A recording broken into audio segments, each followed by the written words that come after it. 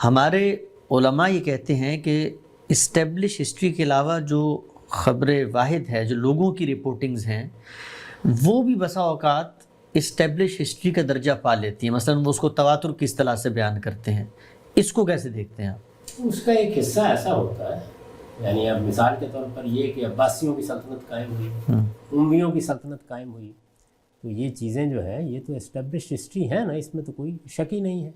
کربلا کا واقعہ ہوا، یہ بھی ایک اسٹیبلش ہسٹری کی بات ہے.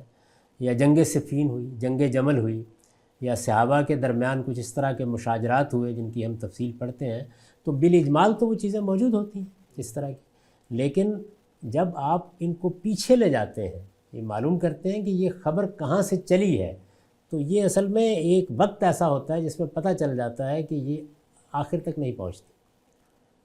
تو وہ علماء جب یہ کہتے ہیں تو اس کا مطلب یہ تھا بعد کے ادوار میں لوگوں نے اس کو قبول کر لیا. وہ اپنی ابتدا میں تو ایک خبر واحد ہی ہوتی ہے، کسی ایک آدمی نے، 2 آدمی نے، 10 آدمیوں نے کوئی چیز بیان کی ہے.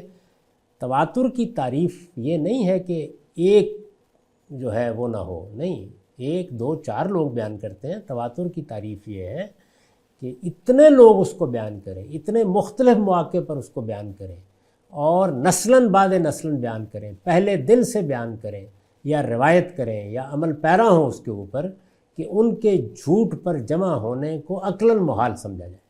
یہ تعریف ہے.